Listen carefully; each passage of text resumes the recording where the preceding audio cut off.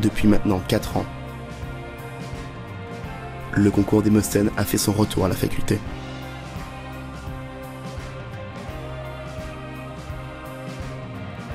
Cette année,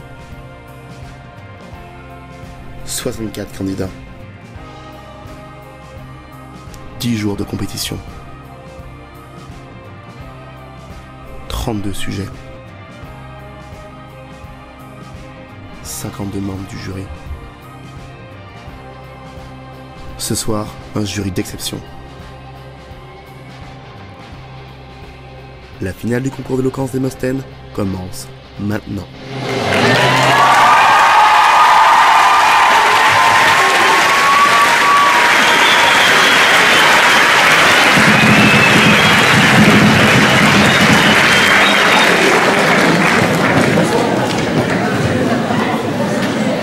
Bonjour à tous.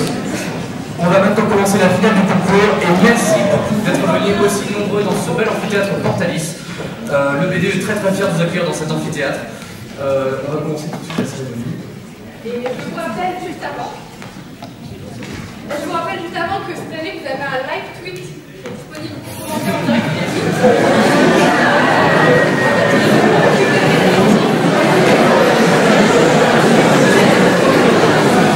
S'il vous plaît, un peu de silence, merci.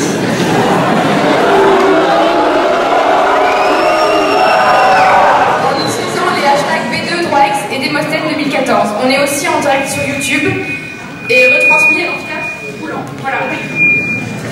Donc ce soir, nous assisterons à 2 joutes. Tout d'abord, la petite finale pour déterminer le candidat qui prendra la 3e place de ce concours. Et enfin, bien sûr, celle que vous attendez tous, la grande finale. Mais avant de commencer, nous allons accueillir les membres de notre jury d'exception. Je vous demande tout d'abord d'accueillir Monsieur le professeur Vincent Egea, professeur à l'Université de Toulon.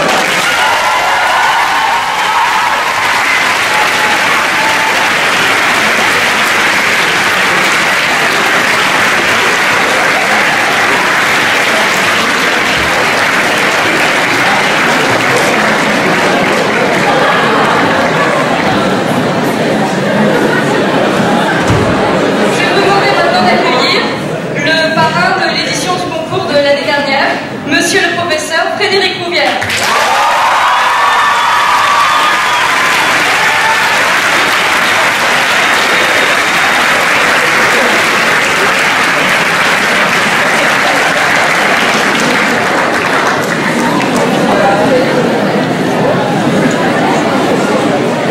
Nous accueillons également monsieur le doyen, monsieur le professeur Philippe Bonfils.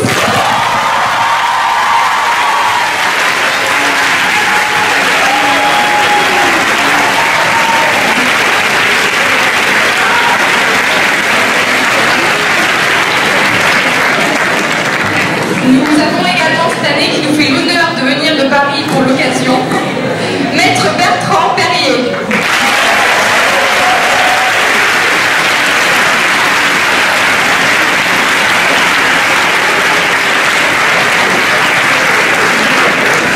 Cette année, pour présider le jury, nous avons la chance d'avoir un immense professeur parmi nous.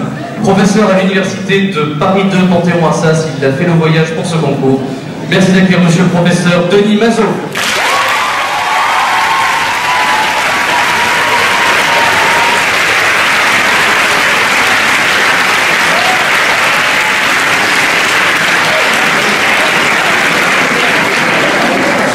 Enfin, et nous ne serions rien sans notre marraine, il faut penser effectivement à notre marraine qui depuis le début de l'année surveille ce projet, qui nous aide et qui nous permet d'accomplir de belles choses. Merci d'accueillir Madame Harry. Non, toujours pas. Madame le professeur Ariane Vidal-Naquet.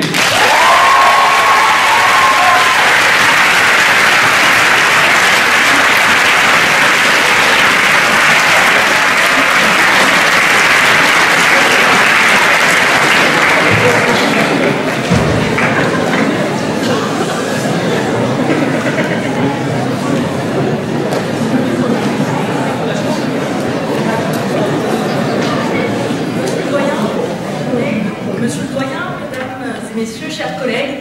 chers amis, chers étudiants, vous êtes nombreux, vous êtes très, très nombreux ce soir pour ces finales du concours Démosthène et j'en suis très heureuse. J'en suis très heureuse parce que je crois que c'est le signe du succès de l'engouement pour ce concours. Alors, je vais remercier, j'avais dit que je ne dirais qu'un mot, j'avais dit que je dirais merci. Donc, merci aux membres du jury qui ont répondu à cet appel et qui ont répondu volontiers et chaleureusement. Merci aux candidats qui doivent se morfondre d'inquiétude et sans lesquels ce concours ne serait rien. Et puis merci à vous, le public, d'être là pour encourager, pour partager, pour soutenir tout cela. Alors, un mot du concours, de ce concours Démosthène, et qui est un choix finalement assez instructif, puisque ce Démosthène, il est connu pour ses difficultés d'élocution, pour ses petits cailloux dans la bouche, et que néanmoins il est considéré comme l'un des plus grands orateurs antiques. Alors, qu'est-ce que cela signifie? Cela signifie que l'éloquence n'est pas forcément innée, qu'elle n'est pas nécessairement spontanée, au contraire, qu'elle peut se travailler, qu'elle peut s'acquérir, qu'elle peut se construire. Et donc ça veut dire que ce concours est potentiellement ouvert à vous tous et à chacun d'entre vous. Encore un peu parce que je me suis dit que j'allais vous raconter des histoires de cailloux. Alors en fait, il n'y a pas beaucoup d'histoires de cailloux, encore moins d'histoires drôles de cailloux. Alors tout le monde pense au petit poussé, donc c'est assez triste quand même l'histoire du petit poussé qui sème ses cailloux pour retrouver le chemin de sa maison. Il y a aussi celle de Sisyphe. Alors lui, il pousse un gros caillou. Après, je me suis dit, bon, bah, je vais trouver des expressions drôles à propos des cailloux, là où je ne pas. Alors, il y a sucer des cailloux. Donc, sucer des cailloux, je suppose que ça renvoie à Démosthène. Il y a ne pas avoir un poil sur le caillou. C'est pas très drôle non plus. Mais je suis sûre.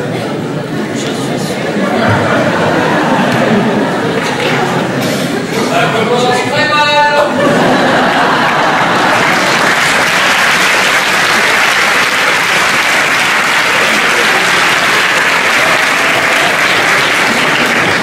Allez, c'est à venir, on s'en va.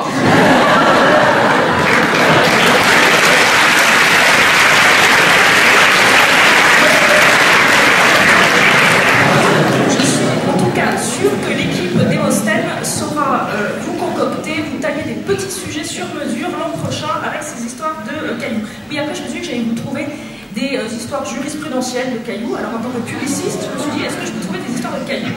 Alors j'ai trouvé un vague arrêt Société des granites sportives.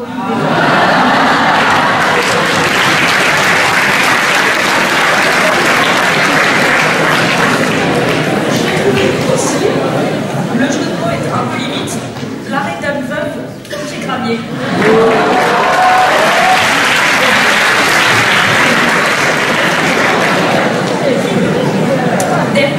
Dernier mot de remerciement, cette fois-ci c'est pour l'équipe Démosthène, toute l'équipe Démosthène, qui est une équipe particulièrement évidemment sympathique, dynamique, réactive, cordiale, chaleureuse. Donc j'ai nommé Pierre Bon, j'ai nommé Agathe Edouard,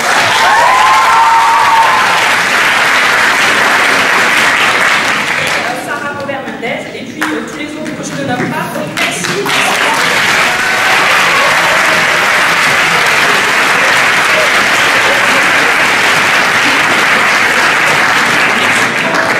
Merci à ces faiseurs de cailloux et place maintenant au final.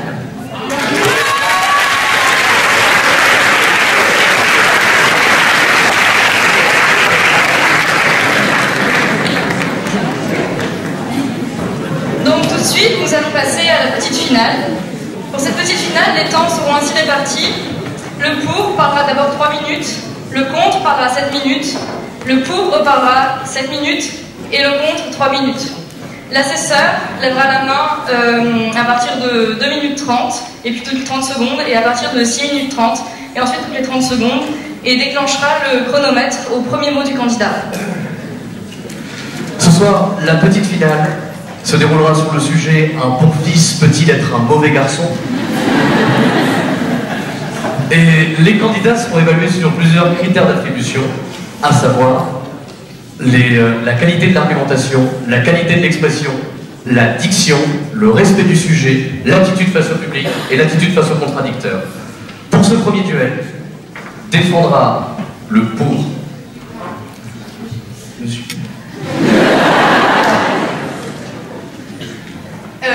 Défendra le pour, Monsieur Florian Engel.